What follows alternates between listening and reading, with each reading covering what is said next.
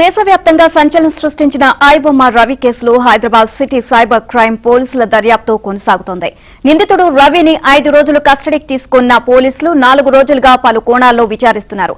ఇవాళ్టితో Ravi custody పూర్తవుతుంది.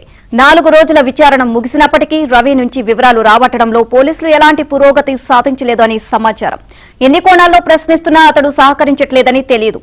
గుర్తులేదు, మర్చిపోయా అని చెబుతున్నాడు అని పోలీసు వర్గాలు తెలియజేశాయి. ఇక పోలీసులు అడిగే ప్రశ్నలకు తప్పుదోవ పట్టించే విధంగా జవాబు చెబుతున్నాడు అని తెలుస్తోంది.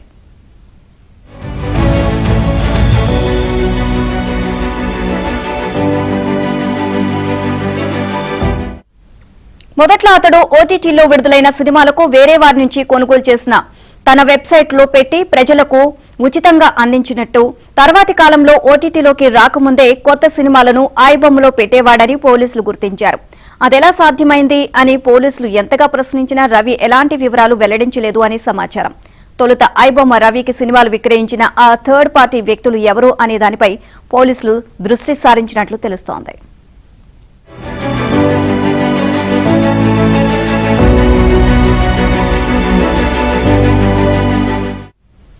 ఐబొమ్మ మాటను రవి ప్రమోట్ చేసిన బెట్టింగ్ యాప్స్ రవి ఖాతాల ద్వారా జరిగిన కోట్ల విలువైన ఆర్థిక లావాదేవీలపైనే పోలీసులు ఎక్కువగా దృష్టి సారించినట్లు తెలుస్తోంది.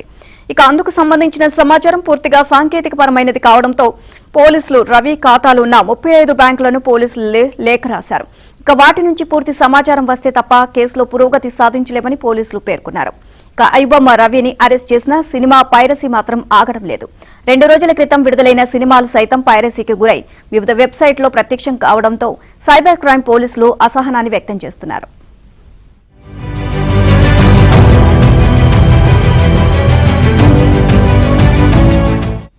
ఇక న్యాయస్థానం రవికి అనుమతించిన పోలీస్ కస్టడీ ఇవాళ ముగియనున్న నేపథ్యంలో సాయంత్రం అతడికి వైద్య పరీక్షలు నిర్వహించి న్యాయస్థానంలో హాజరుపరిచి చెంచల్గూడ పిఎస్ కు తరలిస్తారు. అయితే విచారణ కొలికి రావాలంటే నిందితుడిని మరోసారి కస్టడీకి ఇవ్వాల్సిందిగా పోలీసులు పిటిషన్ దాఖలు చేయనున్నట్లు తెలిసింది. రవికి విదేశీ పౌరసత్వం ఉండడంతో కరీబియన్ దేశానికి కేసు వివరాలను సిసిఎస్ పోలీసులు అందజేశారు.